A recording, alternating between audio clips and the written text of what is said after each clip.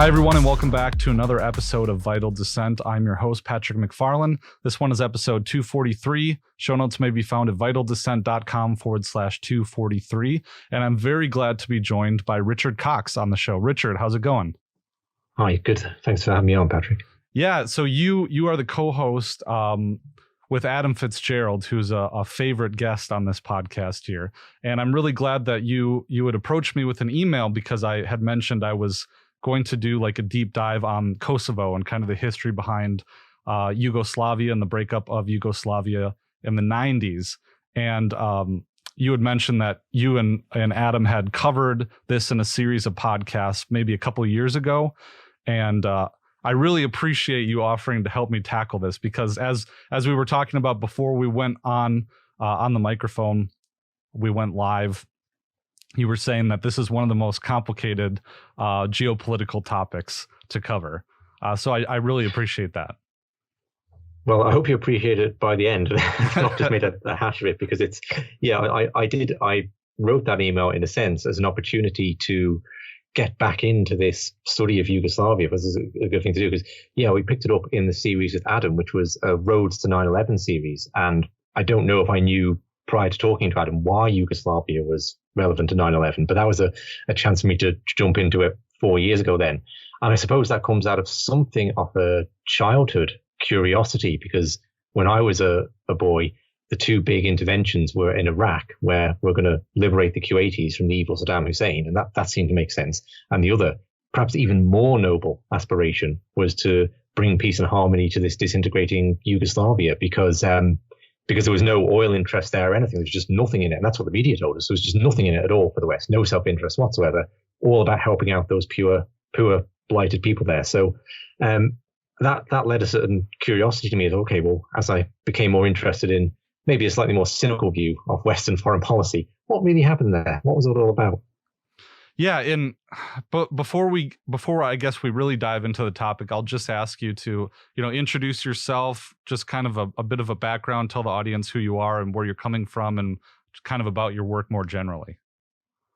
Yeah, so I run a podcast myself, the Deep State Consciousness podcast, which kind of evolved with no clear direction. It was just me deciding I had interesting friends and I should interview them. And then I ran out of friends, so I started interviewing other people. And eventually I met Adam Fitzgerald, and we started doing a lot of geopolitical podcasting together, initially around 9/11, and we've branched out. And Adam now has his quite specific 9/11 podcast, The Darkened Hour, which I help out on. I'm a junior partner there. And that's it. So on the podcast, I cover themes like anarchism. I wrote a book on anarchism last year, just last year, into the new year, The Essence of Anarchy. And I like to look at geopolitical questions, but also from a kind of philosophical perspective of sometimes asking, where's the line, if we look at history, between sensible geopolitical analysis and where do we drop off into conspiracy theorizing? So I'm currently going through, I wrote a book on conspiracy theory last year, the sort of philosophy of it, and I'm currently going through 20th century history, the rise of the American empire, Theodore Roosevelt, and the First World War, then the US intervention into that, and the kind of world order that emerges out of that. Treading that line, I think, between sensible analysis and these kind of deeper questions, which maybe are conspiratorial, or maybe it's where we need to be going about things like the Anglo-American establishments. That's my kind of areas of interest and want to explore over on my own podcast. Yeah, I think it's sorely needed too, because speaking from my own personal experience, getting involved in this space and getting interested in these topics, it's really when you're first in it, you're kind of impressionable and you're a little bit naive. And I think your eyes get open to a lot of things, and the mind tends to jump to conclusions or to make these associations where maybe the associations are a bit tenuous, and you play jury in your mind, judge, jury, and executioner, and to have people that can influence you and kind of lead you on that journey in a responsible way. Because I think there are things that are conspiracies and there are things that happen behind the scenes, but it discredits the true things that happen to have people out there who are irresponsible with jumping to conclusions and making associations where the evidence just isn't there. Yeah, and for me, I felt it's important that people who are coming from an anti-war perspective, an anti-imperial perspective, to own that space, okay, and own the space of trying to demark and understand what are positions are based upon, and where it goes into kind of fringe or fanciful or even mythological thinking, and not leave that space to people who want to use conspiracy theory and weaponize it as a way to say, this is all nonsense, nothing to see here, trust your government, citizen. Right. It's good for the kind of radicals to own the space of where's the acceptable limit. Yeah, definitely agreed. And from a more, I guess, selfish perspective, myself being a libertarian, in the libertarian anti-war space, there's a general feeling that, we need to establish ourselves as being the people that own the space, at least from the liberty perspective. And so definitely agree with you there. So turning toward the topic of Kosovo and the breakup of Yugoslavia, I think it's so important for people to understand this, because most Americans, at least Americans of my generation, don't think about it at all. Of course, the 90s are really just overshadowed by the events of September 11th. And we forget about, everything that happened before then. And the 90s are really considered, aside from Iraq War I, they're considered to be, I guess not as much as the 80s, but a period where the United States wasn't involved in these foreign wars. And I'm talking from the perspective of regular Americans who don't know much of anything. And so the way it became relevant to me and why I wanted to cover it is because just recently there has been tensions rising between Serbia and Kosovo again. And to set the stage, basically from 10,000 feet, the United States intervened in basically what was a civil war in the breakup of a country in the 90s, and they intervened against Serbia, who was trying to rein in an errant part of Serbia, Kosovo, or an errant part of Yugoslavia. It gets really technical, but we instigated a NATO US-led bombing campaign in the late 90s in order to intervene in that conflict. And in 2008, Kosovo declares independence officially, and the NATO countries recognize that independence, but many countries across the world, including Russia, didn't. And historically, Russia was on the side of Serbia. And so where this comes into being now is that essentially with the war in Ukraine going on, tensions are flaring up in Serbia again, or they did, and there was the Serbian army was activated and was on standby. Possibly a war might have broken out or could have broken out between Serbia and Kosovo that NATO would have gotten involved in, presumably, and that Russia would have gotten involved in, possibly. And it could have really opened a new front in kind of the global Cold War that we're in right now. So, Richard, do you take umbrage with my recounting or nitpicking? No, I think it's exactly right that the interventions of the 90s have set up a continuous implied NATO presence in both Bosnia-Herzegovina and Kosovo, and that could activate at any time. There's kind of a Pax Americana, I suppose, that in some way stops these things breaking out. But if there's ever any weakness in that, ethnic tension could just flare up there again in an instant. You would think that would be the case at some point in the future, that there's going to be challenges, and right now seems to be hot for it in both of those places. And I really identified there's such an extensive history here that, we're just going to scratch the surface on here today. And for people who know nothing about this, as I knew very little about it, even a month ago, to kind of get that, it's so complicated. But as I was going through it, I noticed so many parallels to the situation in Ukraine, especially with this ethnic divide. Not to say that Ukraine was constituted the same way that Yugoslavia was, but this idea of sections of the country seceding, but there being minorities within the seceding part who don't want to go along with that secession. And the parallel is with, in 2014 with the Maidan coup, the Donbass seceding from Ukraine, not wanting to go along with that. And so there's just similarities there. Yeah, and it really makes me think about this idea of secession, really, because I think it's in some ways the most interesting political idea out there, because we're not going to live in Ancapistan anytime in the next 2 to 3 weeks. So I think in some ways, the way you could see liberty achieved is this concept of a Europe of 1,000 Liechtensteins, where some would be utterly communist, but some really would be tending towards Ancapistan. However, secessionist movements have all this problem, right? That as soon as you secede, there's a bloc in the new country that doesn't want to, and it's going to either break off or join the previous one, and then that secedes, well, that creates a new bloc. So it's also a recipe for endless conflict. So just on that kind of philosophical point, I suppose the breakup of Yugoslavia makes me question how secession could be a healthy thing, how it could be achieved in a healthy way. Yeah, it's very interesting. And more parallels I identified was, of course, within Kosovo itself. So in the same way that, right, Ukraine is the native home maybe of the Rus people, where the Russian Empire really started in Kiev, and then they were driven out and they settled around Moscow. And so a lot of Russians see Kiev as being the home of their state. In the same way, Serbians see Kosovo as the home of their people in their state. A lot of their, founding holy lands they exist in Kosovo.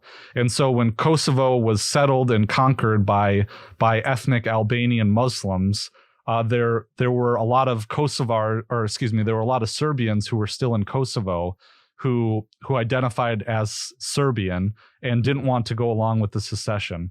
And a lot of the tension revolves around the treatment of ethnic Serbians that are still living in Kosovo. And the same was true of Bosnia, which was another part of Yugoslavia a bit earlier in the 90s. There were a series of wars along the breakup of Yugoslavia itself.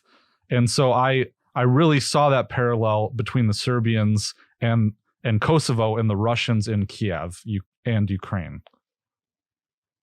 Yeah. So how do you want to just cover the history of Yugoslavia for a moment? I think we should. Yeah. And I'll bring up the map so people can really kind of wrap their head around this.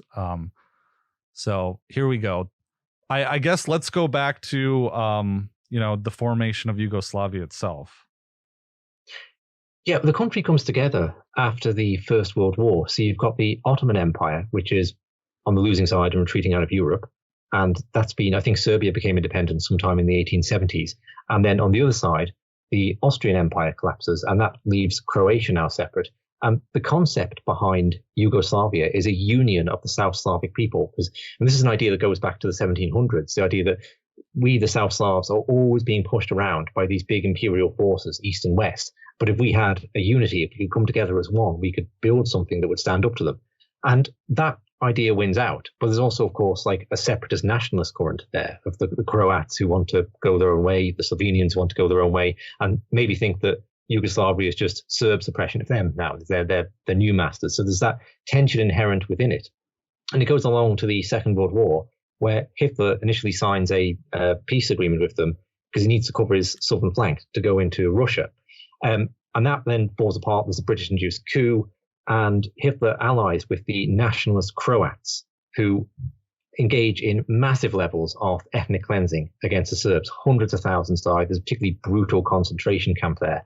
And even the Nazis were kind of shocked in the way Croats went about the violence against the Serbs. Stuff that it sounds like propaganda. It sounds like competitions to see how many throats you could cut in one night. I'm sorry to be disgusting, but It sounds like, this must be made up. But it seems there's this level of ethnic hatred emerged. And it comes the other way too. There are nationalist Serbs who are ethnically cleansing areas of Croats as they're fighting the Nazis. They're spending more time doing that. Eventually, it's the communist partisans that win out and free the country from Hitler's fascism. And out of that, Josip Broz, or better known as Tito, emerges as the leader. And he really rules the country then from the end of the Second World War up until his death in 1980. Somehow, out of all this violence, they managed to form a country which is seemingly reasonably functioning. And I think there's a strong left-right divide here, because a lot of the people who are very interested in Yugoslavia on the anti-war side are coming from a very left-wing perspective, and they see it as a workers' paradise. They see this mixed economy where the state had a hand in the factories. There was factories would be run on the basis of votes from workers, and so that they have a very positive view of this being kind of idyllic. And a more kind of economically free market critique would be that actually it was all just fueled as a debt bubble. The West would put money in to sustain it because it was a bulwark against Russia. So Yugoslavia is non-aligned.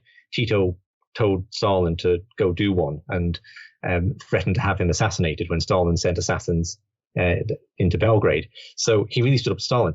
And whilst the West, obviously the CIA does not like non-aligned countries at all, but they thought if they threw Yugoslavia up in the air, it would probably land on the wrong side of the Iron Curtain. So they left it alone, and Western money came pouring in. When interest rates shot up in 1980, the same year Tito died, really, there's a double blow. The figurehead is gone. And also now Yugoslavia cannot repay its debts. And it starts to go into really a debt spiral, which brings in the IMF, which starts imposing its austerity measures. And I think here you have agreement between left and right, maybe for slightly different reasons, that the IMF's policies were the foundation of the breakup of Yugoslavia, because they start cutting all the social services back and at the same time raising taxes.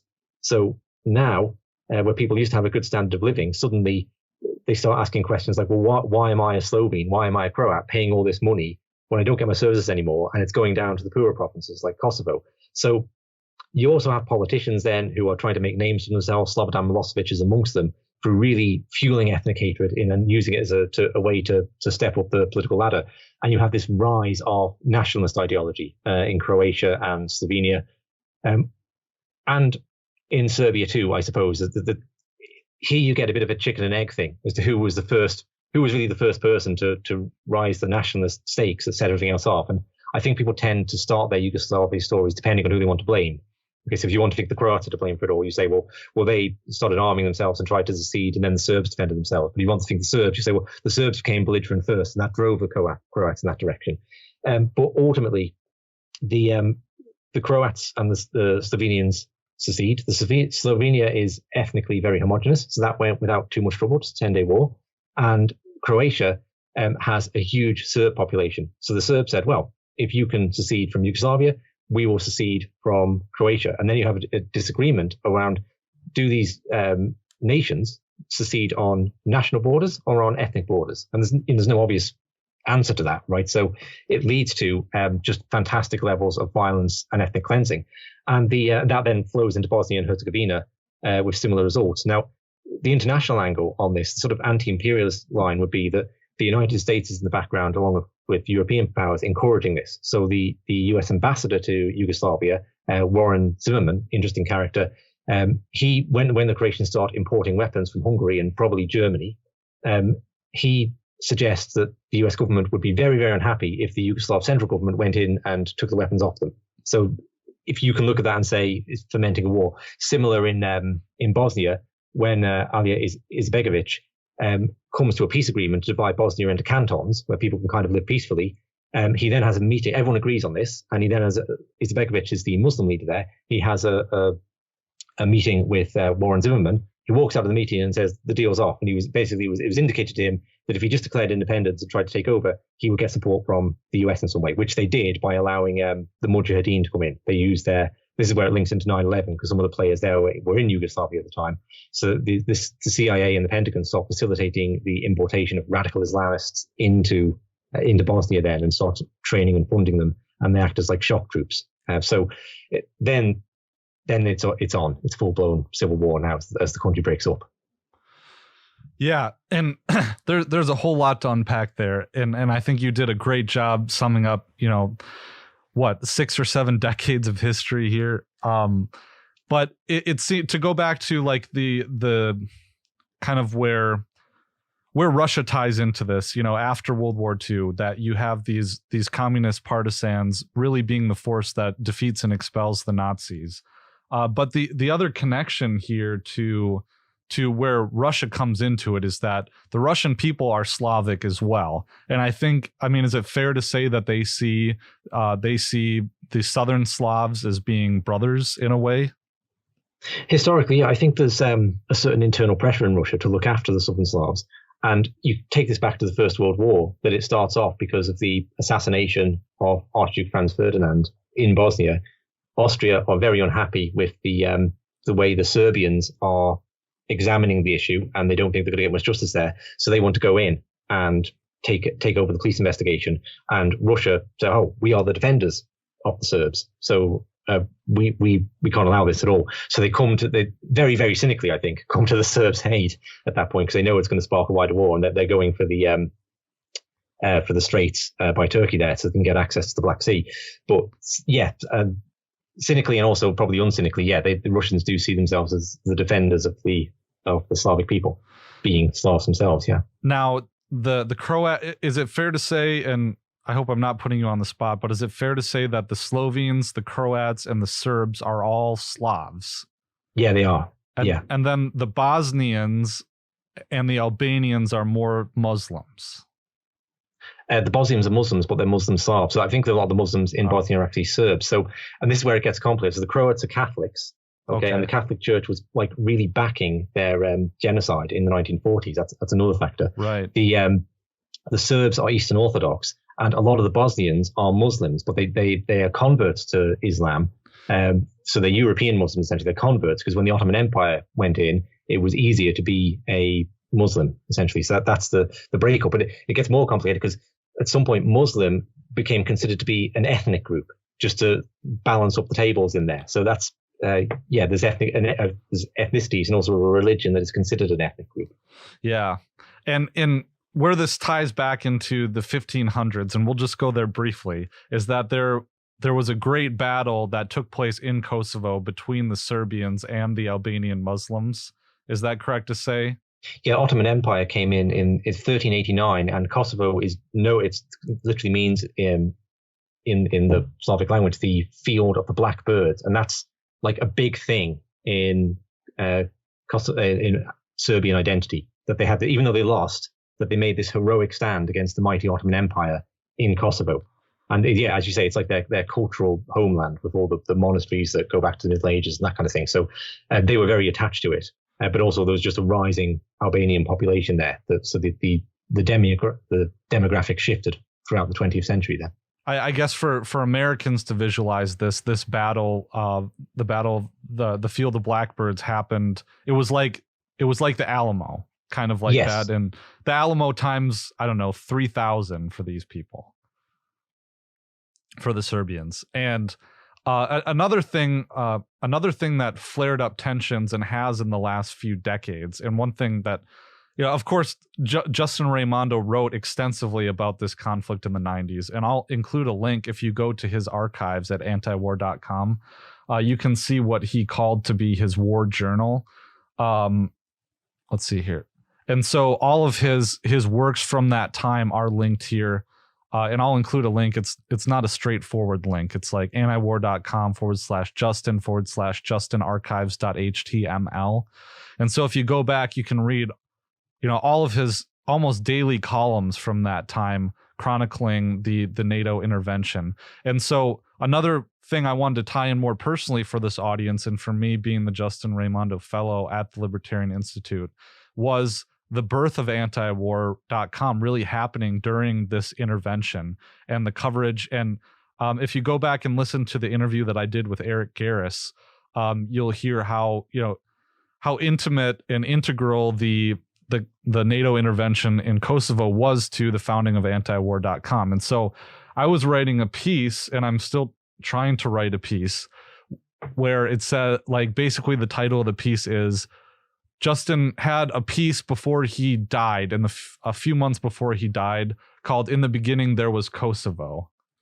And I wanted to write a piece called "Does It All End in Kosovo?" talking about essentially, AntiWar.com began in Kosovo. World War I began in not Kosovo, but in was it in Belgrade? No, it wasn't Belgrade. Yeah. Sarajevo. Well, yeah, but also it was the Austrians going into Belgrade, so it's pretty close. Yeah. Yeah, right. And so, but tying it into World War III, I'll call it just offhandedly, like, does another conflict in Kosovo, in Serbia, kick off World War III and tie that all together? Because there's so many of these parallels that are just so interesting. And kind of mirroring there, interesting me is I hadn't realized that anti-war was so connected to Yugoslavia and Kosovo, and anti-war's rise. But it's also really the rise of the doctrine of humanitarian intervention. Right. Okay, like, obviously that had been around before, back in the days of the Spanish-American War. That was the justification, but it really became codified almost as this new reason. If you read like Samantha Power's book, it's the failings of Rwanda and the failings to stop the massacre masculine ethnic cleansing, genocide, whatever you call it, at Srebrenica, and then the apparent success of the NATO mission in Bosnia and the apparent success of the mission in Kosovo for protecting the Albanian people, that launches this idea that we can go out onto the world stage confident in a monopolar world order. The US can act to stop atrocities, because there's certainly the people like Samantha Power in her book, The Problem from Hell, and the Humanitarian Intervention Crowd, don't see this the way Justin Raimondo sees it. They see this as a thriving success, a wonderful humanitarian endeavor that saved hundreds of thousands of people and stood up to and said no to brutal, violent dictators. And you're not going to get away with this in the future. So it's interesting that both those things spawned very strongly from Yugoslavia. And I'm really glad you mentioned that, because I failed to mention it. But I was going to write about, that's part of my column too that I'm working on that's just taking forever. Because I feel like I need to know everything there is to know about something before I write about it, which really gets in the way of putting things out. But the other part of that too, Richard, is the beginning of, really the hallmark, not the high water mark, but of NATO not being a defensive alliance anymore. In that really, really marking NATO's expanse eastward. And I know there were things that precipitated this that happened before the NATO intervention in Kosovo. But at that point in time, it really was more so of the mask coming off in a way. And so soon after the fall of the USSR, it's only NATO began intervening in 1994, right? In Bosnia, was that the first intervention? Yeah, there were UN peacekeepers before that, but that was depends. It kind of depends.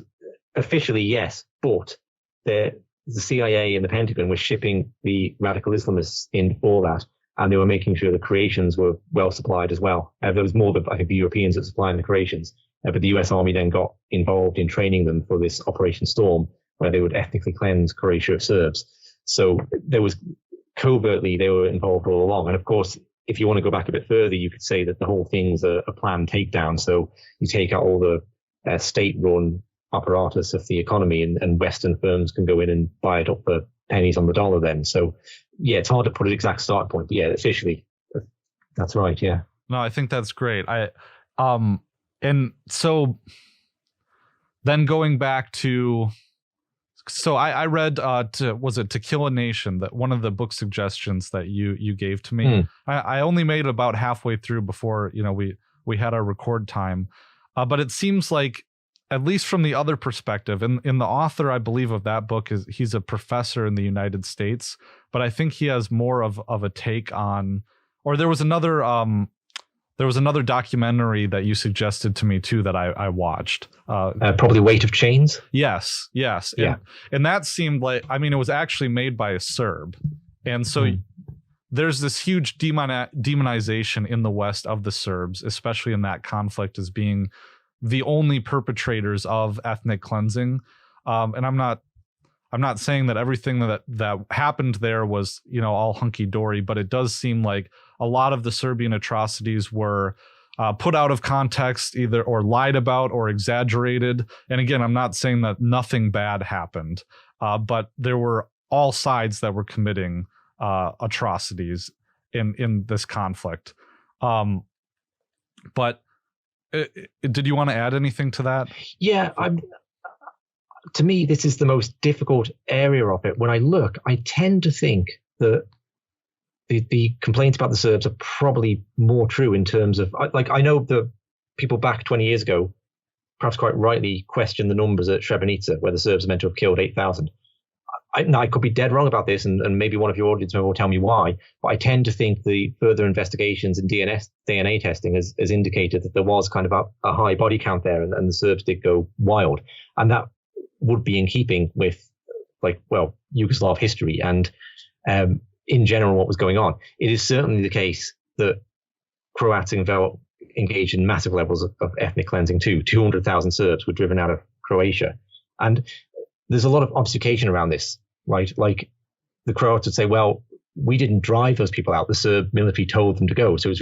But you don't have to kill that many people before the rest of the population gets the message of what's coming for them and they flee, right? So these things are obfuscated. So I do think there was like an incredible level of violence going on there. One of the things that brought NATO in were there were like 3 bombing incidents in markets in a market in Sarajevo, and there's certainly, I think, credible reason to believe that they could have been false flags carried out by the Mujahideen fighters, maybe, because it's just the timing of them. You know, a bit like the gas in Syria, that like, well, this is the line. If you cross this line, right. At the same time, the Serbs were shelling Sarajevo heavily, so I don't want to abscond them of blame for that. They were entirely brutal. Yeah. And we're talking about certain Mujahideen groups too as well. Is there any relation between that and the Kosovo Liberation Army that was supported by the United States? Are they one and the same, or is that 2 different groups? I wish Adam was here now. I'm not aware of like super direct connect. Well, yeah, I think there are connections, okay, in terms of both having contacts with, but I don't know to the extent the Mujahideen fighters were brought into Kosovo. Okay, yeah. But I mean, another document. Both received funding from Saudi Arabia. So in that kind of way, there would be, the Islamic world was keen to pour money in. Supposedly Iran, although who knows what to believe when anyone says Iran funds anything, because Iran, if you stub your toe, probably Iran funded that, right? So sure. Yeah, I never know of that one. But Saudi Arabia certainly was funding as a way of gaining a foothold in Bosnia, and then with the Kosovo Liberation Army.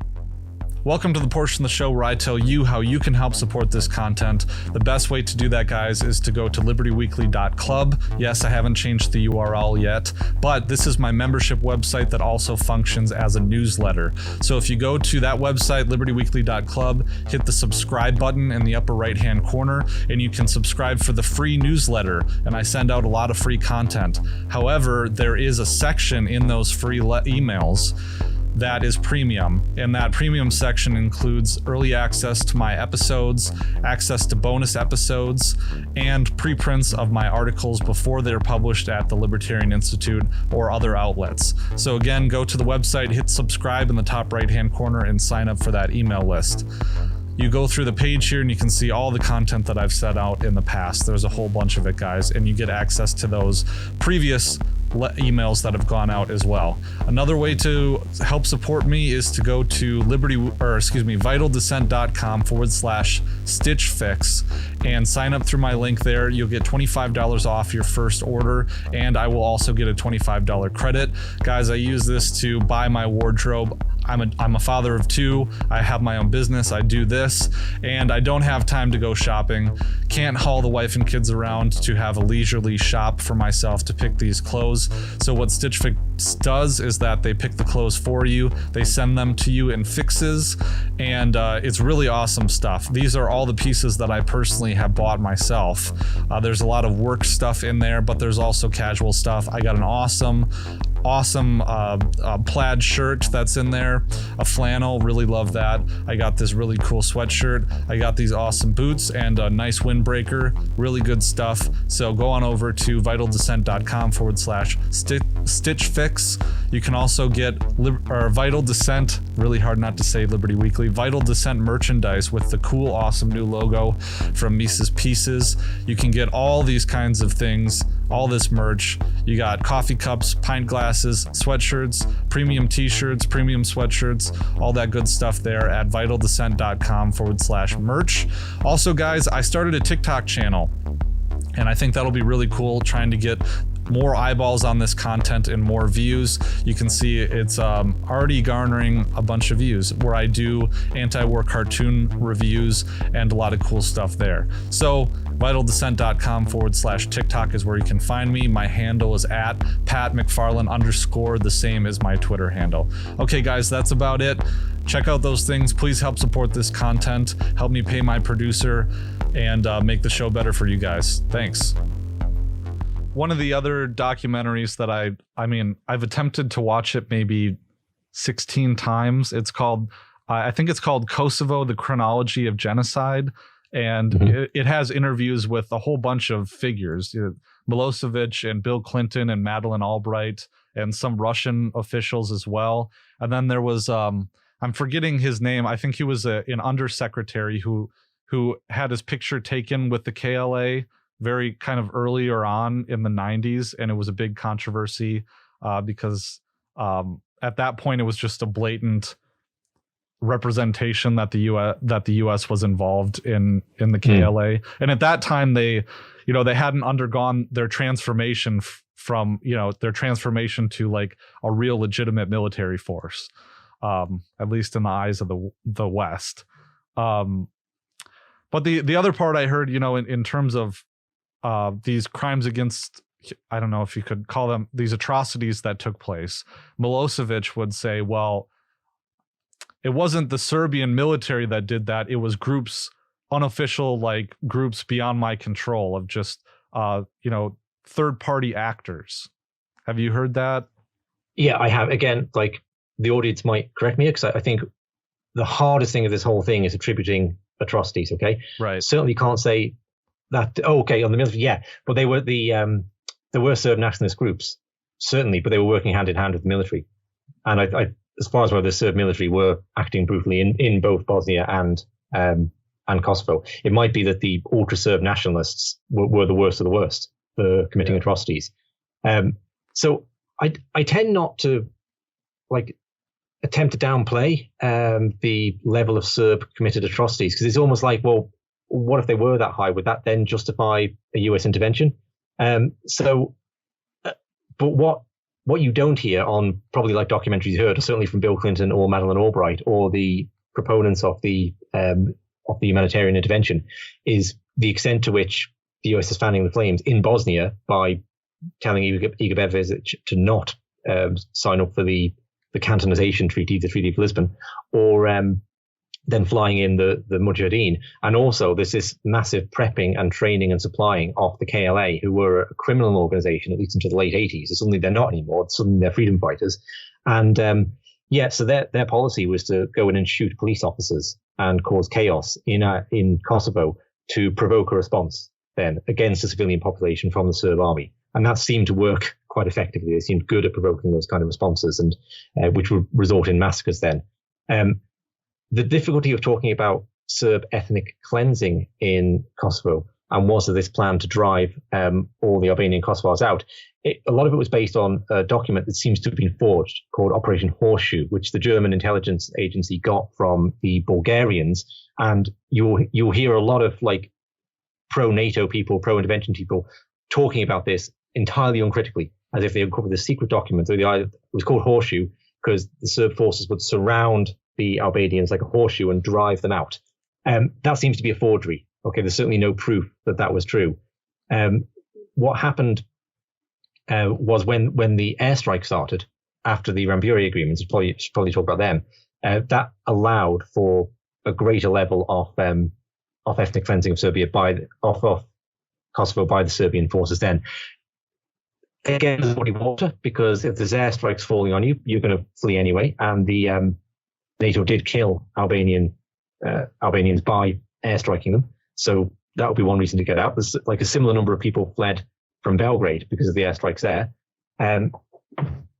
It might be the case that the Kosovo Liberation Army pressured people to leave for photo opportunities. But I do think the most credible reason was the Serbian army, when the airstrikes started raining down, went on the rampage and really took it out on the Kosovo population. I think that's probably the case. It's probably also the case that a lot of Serbs in Kosovo throughout the 70s and 80s had a hard time with certain elements of the Albanian population. There was certainly a drive going way, way back to take Kosovo and make it purely Albanian. So I do think it's coming in both directions. It's just at a certain point, the Serbian army had the majority of the guns. So. And then, of course, it just really makes you wonder exactly what the U.S. could do in that situation that wouldn't make the problem worse in some way. And one thing, I think the documentary, like a chronology of genocide, I don't know if towards the end it really focuses on the civilian casualties caused by the NATO air campaign. But, of course, that's you were talking earlier about the West's involvement and the United States' involvement in fanning the flames of this situation by arming groups and importing fighters and doing things like that. But then the final involvement, just a direct bombing campaign that, of course, destroyed civilian areas. Yeah, it wasn't intended as a humanitarian thing. I don't think that's really plausible because everyone acknowledged, even Wesley Clark, who's the US commander there, said you can't really enforce like a humanitarian operation with airstrikes. It's just going to. So it really kicked off the case in the same way people say about the start of the Second World War really enabled the Holocaust. If it hadn't, so the justification for the Second World War is, of course, well, we had to stop Hitler. But actually, it didn't. It enabled him to kill millions of Jews. And in the same way in Kosovo, if you accept that the Serbians were committing all the violence, and I'm not saying that's wrong, but the airstrikes enabled it because all the international observers had to be withdrawn. Very dangerous when NATO were dropping bombs on your head.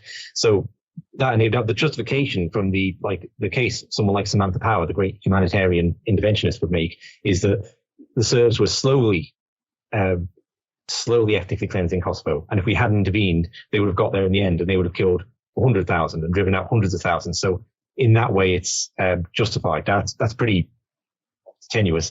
And the other problem with it is when the ethnic Albanians came back in, they then ethnically cleansed Kosovo of Serbians, and 250,000 Serbians had to flee. So it's not really incorrect to say NATO went to war to ethnically cleanse Kosovo of Serbs, because that was the result. The ending agreement was Milosevic would withdraw his soldiers from Kosovo and peacekeepers would go in, but they didn't stop the ethnic cleansing then. It's probably also worth talking about, if it's probably time, the way the thing kicked off in Kosovo, the Rambui Accords. Yeah. I mean, just if there's any part of this which is just pure naked imperialism. So the US delegation put down these accords that said that they were basically designed. There's no way Yugoslavia at the time, Serbia, could have signed them. There's no way Milosevic could have agreed, because it allowed NATO peacekeepers uninhibited access to not just Kosovo, but the entirety of Serbia. And they could take over any kind of industry or transport system or telecommunication system without payment. They would be immune from prosecution. Any Serbian they employed would be immune from prosecution. It was like a complete and total surrender. And it's very clear they did that just so Milosevic would reject it and the Kosovo Albanians would accept it. And then they could say, well, and it was all kept secret for months afterwards. So to make Milosevic look like really an unreasonable partner, there was no way to negotiate a path out of this. And in the end, when Milosevic did ultimately surrender, some people say it was under threat of like extensive bombing of Belgrade, whether that's true or not. But the NATO troops did not get access to Serbia, so NATO just backed down on that thing. So they didn't need to hold; they'd already got what they wanted.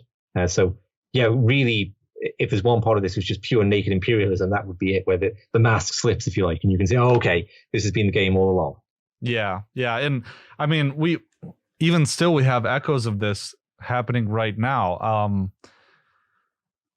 I'm just trying to look at, here's a report from the 26th of December talking about the recent standoff, and to get into that, the situation, of course, since Kosovo declared independence in 2008, there's a rump, if you will, of 50,000 Serbians that still live in northern Kosovo who rejected the secession, and still would like to remain part of Serbia, except they're on the wrong side of the line, right?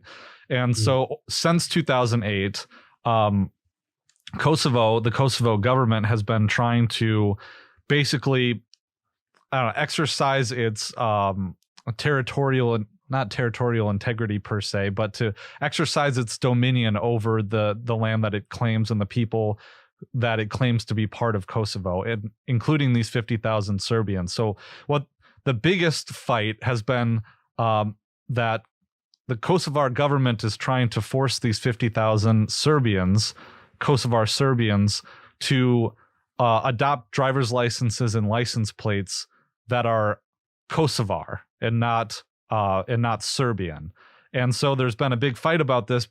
I think even more so than just the logistics of it, it is the symbology of it in the exercise of dominion and authority over the Kosovar Serbians. And in the past few months, the institution of this license plate change has been postponed over and over and over again. And now, Kosovo, I think they postponed it from last fall, and it was going to be imposed in December. Well, to and I might be wrong about the timeline on that, but it came to a head just this December when a bunch of Kosovar Serbians set up roadblocks along major highways between Serbia and Kosovo, rather. And there was a big standoff because, of course, it was inhibiting trade and doing all these different things. And the Serbian military activated, and I believe they were asking for clearance either from the EU to send troops into Kosovo. And so Kosovo then officially applies to join the EU. But where this all comes through is the West, a stand down kind of came when it was reported that the West issued an ultimatum to Serbia. And so we're really just in that same place. Yeah. And this is going to, I mean, I just wrote the number plate thing. It could be a security concern as well, because you can't drive around Kosovo and Serbia in the wrong area with the wrong number plate. It's dangerous. Like in the north of Ireland, it was dangerous to drive around certain places with southern plates, certainly until quite recently. And that's a thing there. So you see cars without any number plates on, or cars that take their number plates off when they're going into a different area, because there's foot patrols of citizens who try and keep people in their own area there, and maybe inflict violence if you go into the wrong one, because it's of the history. They're concerned about knowing who's who in the area, so that could be a factor with it. Of course, yeah. And I think to clarify myself, Vucic, he's the leader of Serbia, asked NATO's KFOR peacekeepers for permission to deploy up to 1,000 Serbian troops and police officers in Kosovo, as it is entitled to do under UN Security Council Resolution 1244, which put an end to the NATO bombing of the former Yugoslavia in 1999. Of course, these plans were resisted by the U.S. So there were shots fired. On Sunday, KFOR said shots had been fired near a NATO patrol in northern part of Kosovo, close to the roadblocks, adding that there were no casualties, and stopped short of assigning blame. But Serbian media, citing witnesses, claim that the incident took place when Kosovo's special forces attempted to clear barricades near a town of Zubin Potok. So I don't know. It's just, it seems like the situation is just very close to actual violence taking out. Of course, there was, a bit of a resolution, but that doesn't mean that tensions are just going away. They'll crop up again. Yeah, there's no end. I suppose you could say, what could ultimately resolve the situation in Ukraine? I mean, I'm not sure, really. It just looks to me like these conflicts run through history, and how do they stop? I mean, I suppose Britain and France and Germany stopped because they were kind of brought inside Pax Americana.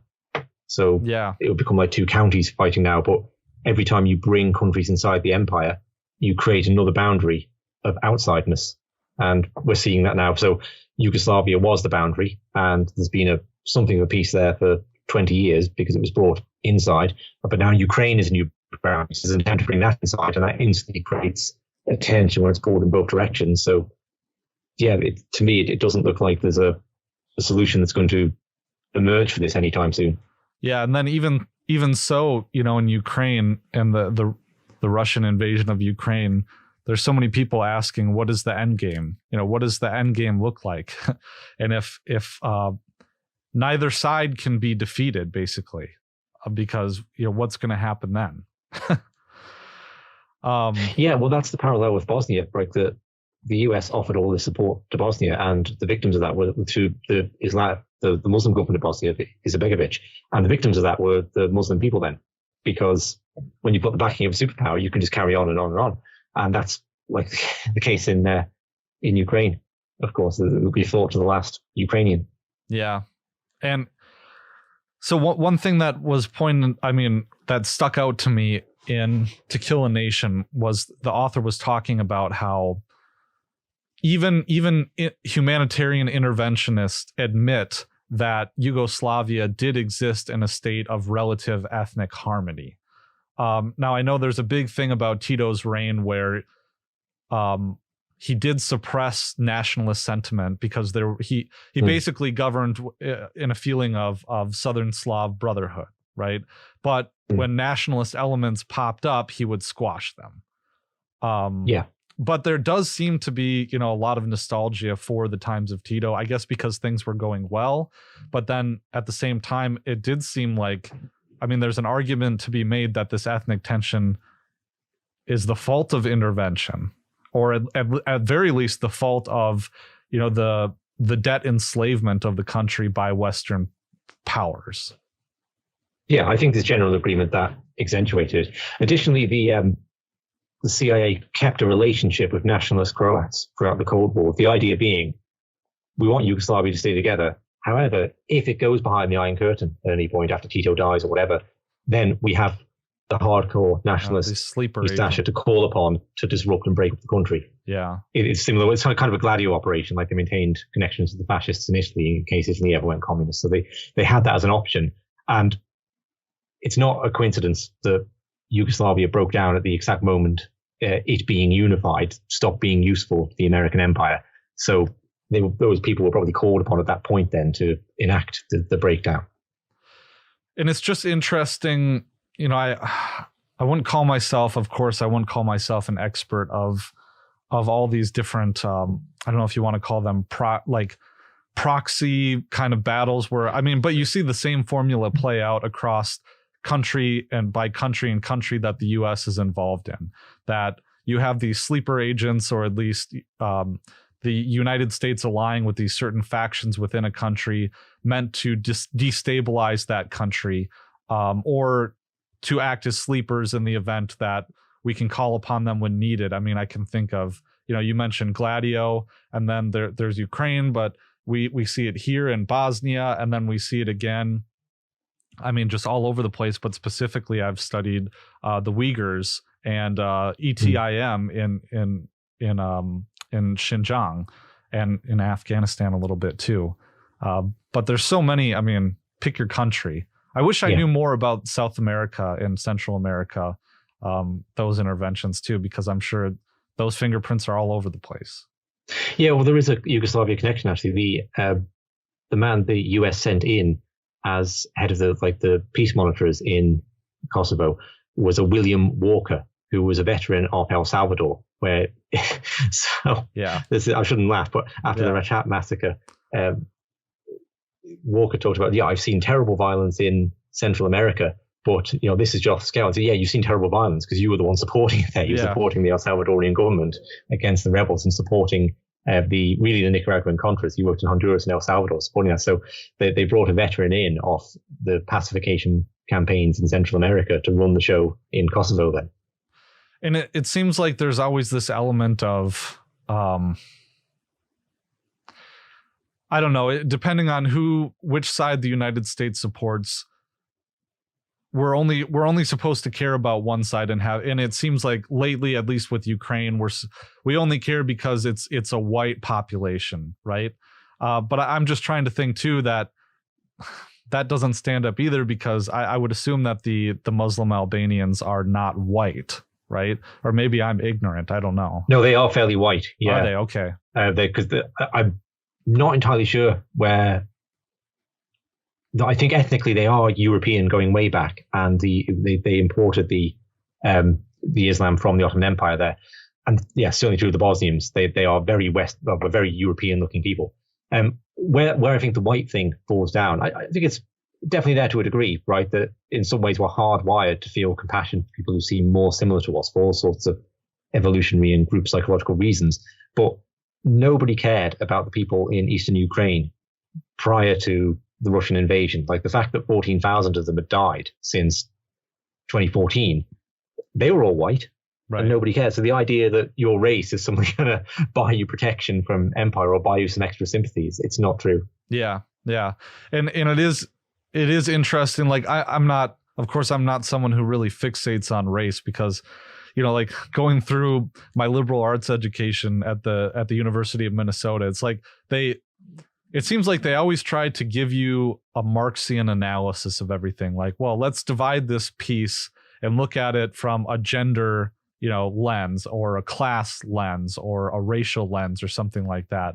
And so I'm not saying that those analyses aren't appropriate ever, or all the I'm not saying they're appropriate all the time, but it is interesting to take a look at. Well, there's no rhyme or reason behind it aside from who is going to give us leverage from the point of the West, who's going to give us leverage, and who are we going to support that will support our interests. That's all it is.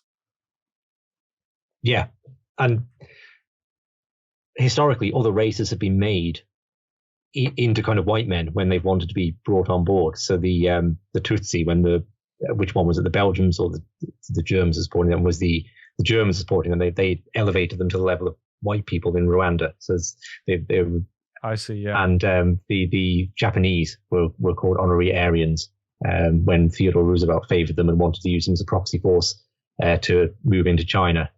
So yeah, you can get a promotion to being white if needs be without disrupting the racial hierarchy. I suppose where the racial element does come in then is when it's convenient for your objectives in the area, and how do we sell the intervention to the public that cares or knows about it. And the best way to do that is to make whoever we're fighting alongside of or aiding appear more like them. Yeah. And I think that has to do with wealth as well. I actually think we tend to think people who are wealthy are more like us. By wealthy, I don't mean millionaires. I just mean people who have a good standard of living. Because certainly when the empire goes to war with impoverished countries, there's definitely a feeling of, what are the lives worth anyway? They're not, having a good time, are they? So might as well try and break a few eggs and make an omelette out of it. Yeah. I definitely think that's a factor. It's just an observation of it. So, I mean, in a way, I hope that we've given the listeners kind of a crash course on the whole situation, that, that the audience can watch this and have a better idea of where this puzzle piece fits in. But to zoom out a little bit, and I don't know how much you've paid attention or focused on kind of the global geopolitical picture, but I've talked, in the last few interviews just about how there just seems to be escalation everywhere. And it seems that there's so many different fronts opening up along this global Cold War.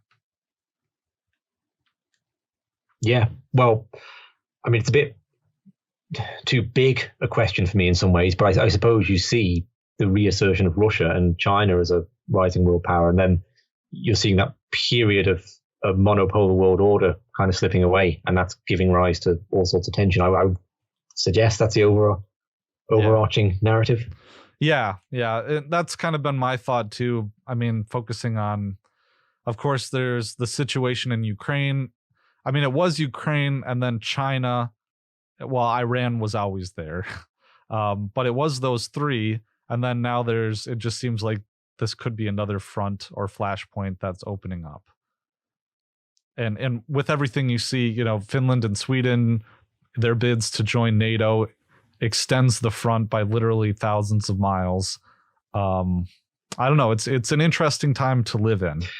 I think tell me if you agree or disagree with this. I think on a level of human consciousness, something's shifted in the cynicism of warfare and the kind of anti-nuclear, we should move towards peace that existed in the Cold War, where there was more of a sense of us and them with the government. Like the government was a bad entity over there that was doing things like smashing up Vietnam. And we, the people, are over here and want them to stop doing that. That seems to have diminished, right? And there's definitely been a cultivated sense that we're on the same team now and we're going out to create peace and justice and harmony in the world. And actually, it would be a good thing if these military alliances like NATO expanded, because they are now the good guys. We are now the good guys. So Yugoslavia is a massive part of that, because a lot of the anti-war, it was far more pushed by the Democratic Party than by the Republicans. And in Britain, it's really when the Labour Party came in 97, that was the Kosovo intervention. And with Labour, a lot of the people pushing it had been really anti-war in the past.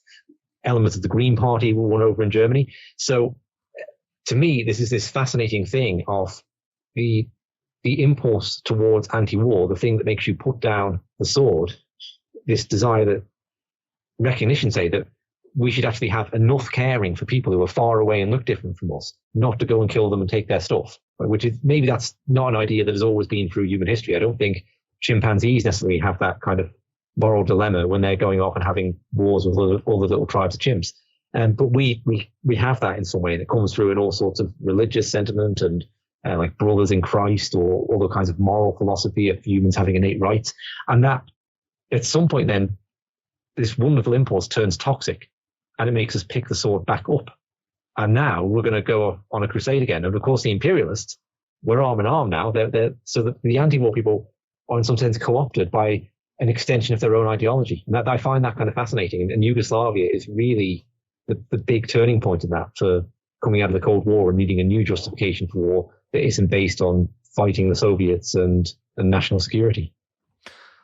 I think you're exactly right. And I think it is interesting to see how, for someone like me who wasn't really paying attention until 3 years ago, or maybe 5 years ago, to see that this really is another chapter of a very long story that in some ways it's not the definitive beginning point, but really started with World War One.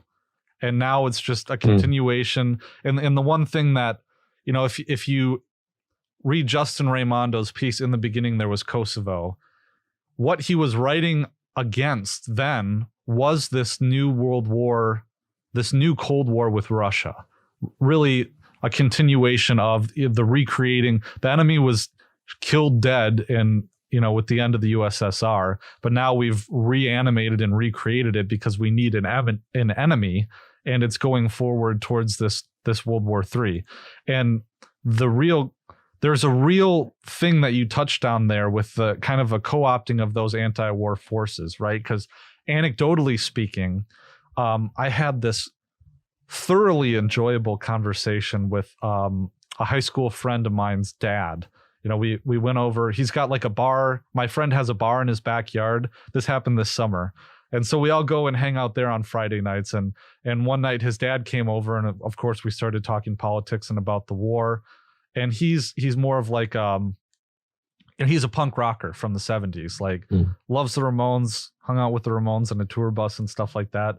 And he's a liberal, he's a Democrat, more progressive. And he, of course, hated George W. Bush and the war in Iraq and all those kind of things. But we got to talking about Ukraine, and I was wearing my AntiWar.com hat, and I'm the peacenik hippie guy. And he's saying, now listen, I know everything about war is bad. Like it's not the politicians that have to go and fight. It's the poor people and things like that. But we have to intervene in this. And war is wrong and it shouldn't happen, but this one we have to.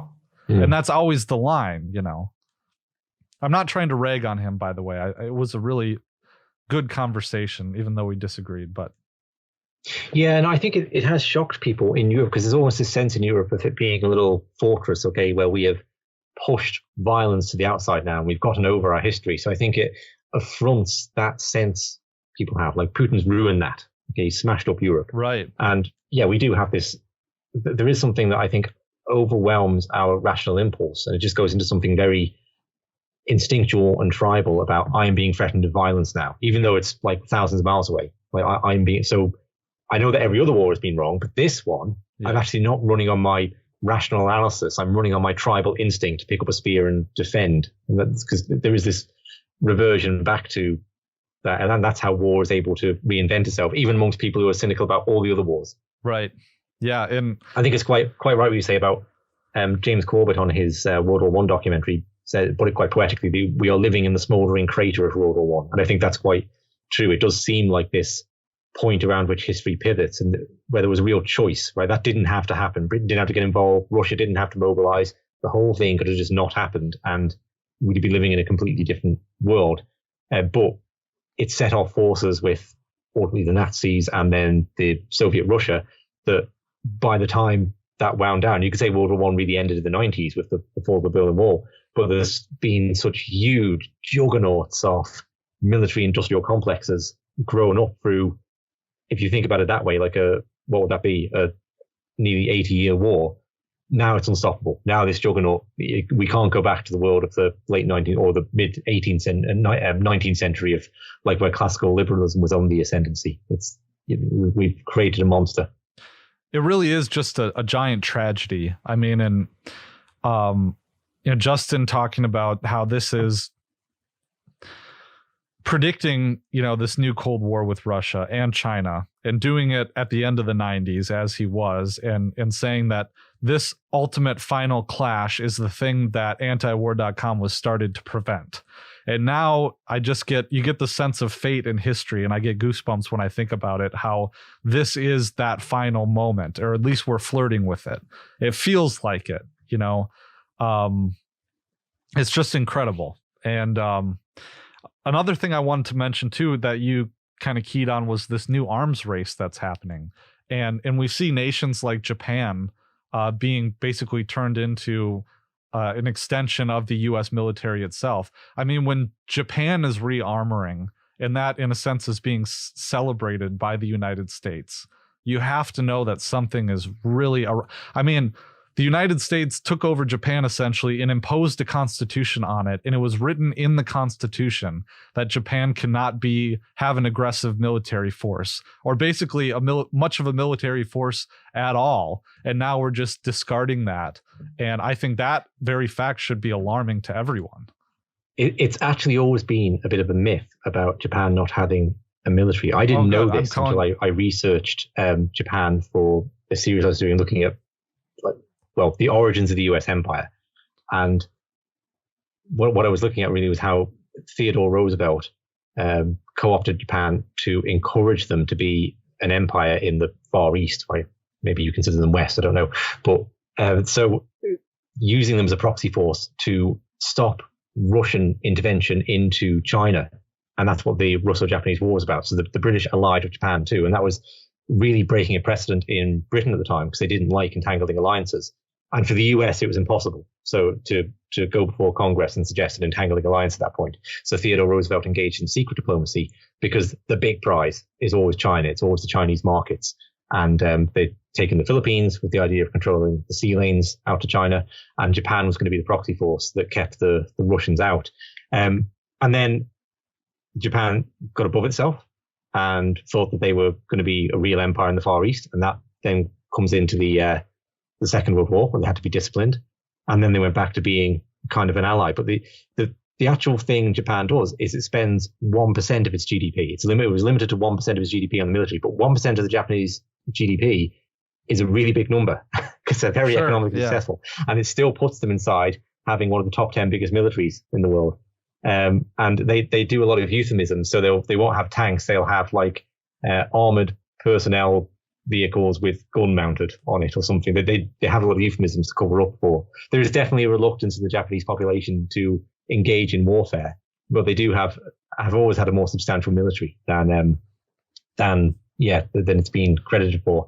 And it's not surprising that the US would swing back into an alliance with Japan. And maybe one day in another 50 years, we'll see them getting too big and it'll swing back again. There'll be conflict between the US and Japan, because the US can't exert enough of its own to really control East Asia. So they need a proxy force there, but the proxy force goes out of control every now and then. Yeah, no, and I'm glad that you can clarify that for me too. I guess what I'm referring to is, it may very well be that it's a misconception that Japan was disarmored after World War II. I guess what I'm specifically referring to is the inflated, or the enlarged military budget that's, I think, has been approved in Japan just this week. Now, right, I don't know, right, but I don't know how much of an enlargement that is in the general context of post World War II. But I was assuming that it is a large step, but I guess I'm wrong about that. No, it could well be. It could well be they're going above 1% of GDP. I mean, I imagine that would be very much to the liking of weapons manufacturers. If Japan was going to suddenly spend 2% of GDP in its military, that would be, a big boost to Lockheed Martin and Boeing and all the rest. Yeah, I should have that. Dave DeCamp just talked about it yesterday on AntiWar.com news. So it's up there, but the details kind of evade me. But there really is too, the specter of Hitler too that's been brought out, like it is carted out all the time, but it still is there, because there's this founding, there's this huge generational myth in the United States that, World War II was the just war. And I suppose you grew up in the UK, I assume, right? Yeah. So, and I mean, I'm sure over there, growing up, there's the huge mythos of, you know, the proper role. I mean, I can't tell you how large that is a part of at least my generation growing up, is venerating World War II and putting it on that pedestal. Yeah, well, I'm actually just outside the UK, but it's same kind of education. Oh, okay. And yeah, interestingly, World War One, by the time I got to high school, was very criticizable. Okay, there was a kind of anti-war movement in the 60s. A lot of left-wing academics came in, and World War One was like presented to us as a great disaster. From what I understand, World War One does not loom as large in the American psyche, anything like as much as World War Two. You're right, yeah. But World War Two, definitely, absolutely the justification. And it really takes on mythic proportions, I think, where Hitler becomes kind of like Satan for a post-Christian age. So who he was as a man, that no one even, you know, goes there. It's just and every time someone does something bad, you're not right. The comparison is Hitler. Yeah. And I'm not just talking about Putin level bad or Pol Pot level bad. I'm talking about like some woman kicked a cat and they got on the news a while ago, and she was considered to be worse than Hitler. So it's just like, you can see that this is a mythology that we've imbued, and obviously very disconnected from history. Well, yeah, World War II is this weird period where the United States seems to have gone to war on behalf of the Soviet Union to turn China communist and give Stalin Eastern Europe. So yeah, it's bizarre. This other thing I wanted to kind of touch on too, I've had this thought that so objectively speaking, as objective as you can get, many experts are warning that we are closer to nuclear war now than at any point since the Cuban Missile Crisis. Biden has said that. But there are others who have said that we are closer to nuclear war now than we were even during the Cuban Missile Crisis. And I think that would make us closer to nuclear war now than since, I don't know, we actually dropped nuclear bombs on Japan. We as in me are, you know, Americans.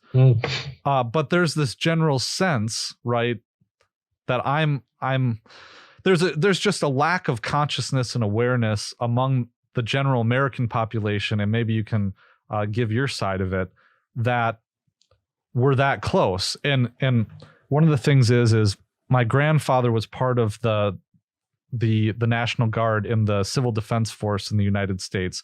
And my grandma just gave me a whole manila envelope full of pamphlets and handouts that he got, educating the public about the risk of nuclear war, saying where, you know, all of these fallout shelters were. There were millions of fallout shelters in Wisconsin, the state where I live, and instructions on making home fallout shelters and what to do. And, you know, there's the tuck and cover and all that stuff. It's so absent right now. And I wonder, you know, what was the reason why it was injected so powerfully into the public consciousness during the Cold War, and it's absent now, and why is that? Yeah, it's interesting, because the one thing you can say is that it's absent. Like, obviously I wasn't walking around in 1960s and through to the 80s, but it seems to be something people were like really concerned about. And Scott Horton did some interesting interviews a few months ago with someone involved in the nuclear efforts to de-escalate the nukes in the 80s, and talking about how Ronald Reagan really came on board with that idea, and the limitation treaties that were put in were very effective and really could have gone all the way. That fear seems to be gone from the public consciousness, and maybe it's just an apathy that it hasn't happened, so it's not going to happen, but it's not there in the same way. And there isn't this active push that, hey, we should be moving to a nuclear-free world. That just doesn't seem, is definitely an apathy around that. Now, is that an engineered apathy? Was the hype around it in the 60s and 70s, was that also engineered? I don't know. I know that, I can't think of the film's name, but there was a film produced in Britain that was actually banned from TV trials. It was considered too disturbing of what Britain would look like if nukes started landing. And yeah, I think that I watched that. Yeah, I think there was an effort by the government to suppress it because there was a strong, precisely because there was a strong anti-nuclear movement in Britain. and they thought it would add to it, and they would want the American nukes out. And these things are too dangerous to keep around. And I know that, in my time in Germany, at least there's a huge anti-nuclear movement in Germany. I think it focuses more on nuclear power plants, but I don't know if it also shares the same. I guess I don't know how much of a nuclear armed state Germany is, if they have any nukes, or if they're just in the nuclear sharing program with the United States. I think it's just they don't have any independently. I would imagine, I don't know, but I would imagine the US houses them there. And I would imagine too that, or at least you would hope or think that the anti-nuclear movement in Germany would object to that and actively be working against NATO storing, or the US storing nuclear missiles in Germany. It's interesting. So, well, hey, I've really enjoyed this conversation. I'm going to have you back on again to tackle another topic. I'd be delighted. I would be delighted to. Well, just on the nuclear point. Before we go, I would feel remiss if I didn't mention the NATO bombing of Serbia, Bosnia, Serbia, and Kosovo used depleted uranium, uranium shells, and that's caused. I mean, I don't think anyone can come close to estimating the destruction that caused. There's also the destruction of the infrastructure, but there were around 500 civilians directly killed by NATO bombing, and there's an estimate of like 10,000 deaths from cancer since then in the area. So I would feel remiss not mentioning that, and it sort of fits in well with this question of nuclear and so on. So similar to Iraq, on a smaller scale than Iraq, but similar. Yeah, it's a real problem in Serbia now. Yeah, of course. No, and is there anything else that you wanted to make sure you brought up before we take off? No, I don't think so. I think maybe I don't know if you put book recommendations in the comments, but I would say this is one area where I don't think there's one book you can read to understand Yugoslavia, because in addition to it being an imperial project to dismantle Yugoslavia, everyone has a perspective, and there's a lot of ethnic tensions going on. But I would recommend documentaries like Weight of Chains, Michael Parentini's book To Kill a Nation, to get a left-wing perspective. For the economics, there's actually a lot of good articles on Mises.org looking at the economics and the role of the IMF in the breakdown of Yugoslavia. Yeah, I really I appreciated the To Kill a Nation and getting the left-wing perspective on it. But I was thinking, and I haven't read any of the Mises articles, but I was thinking, well, I wonder, how much of this is due to the lending boom. How much of that's where I find agreement between left and right. Yeah, the lending boom and the IMF, because left and right might dislike the IMF for different reasons. So the left dislike it because it cuts social spending, and the right dislike it because it increases taxes. But there's an agreement that the IMF was terrible for Yugoslavia. Yeah, and so hopefully that's common ground to find a way to go forward to oppose these kind of measures. So, well, do you want to tell the audience where they can find your work? Yeah, thank you. So my website is deepstateconsciousness.com, and the podcast is the Deep State Consciousness Podcast. So it's called that. So that's a sticking together of the term deep state to refer to deep political state. And I also do some metaphysical stuff about the nature of consciousness. So that just to stick those two things together. So it was kind of a play on those words. And as I mentioned, I'm doing a series on some geopolitical history of the 20th century. I'm going to be doing some stuff looking at the concept of humanitarian intervention. I put anarchism out now and then. So I know people's ears are full of the multitude of different podcasts, but I do, people would consider subscribing. Really appreciate that. Makes it worthwhile my efforts. So yeah, that's where you can find me, deepstateconsciousness.com. Do you have are you on YouTube and Odyssey and stuff like that? Yeah, all those things. So the website has a link to all the different platforms I'm on, but it should be on any podcatcher. If you type in the Deep State Consciousness Podcast, it should come up. And and then YouTube and Odyssey and Rumble, BitChute, all of those. Yeah. Okay. Yeah. Good. And I have to apologize because I neglected to include Deep State Consciousness on the video version here. It just says the Darkened Hour. But the Darkened Hour, yeah, I do that with Adam. So I put the Darkened Hour stuff onto Deep State Consciousness as well. But the Darkened Hour, I do join Adam, and that's a bit more in depth. I try and do my stuff. I try and do everything that if I was having a conversation with someone down the pub, that's the level I'm going for. Whereas Adam, it's like just, you're off the deep end there. Yeah. All sorts of nuance about 9/11. Yeah, no, I love it. So, okay, well, thanks for joining me, Richard, and we look forward to next time. Thank you very much, Patrick. It's great.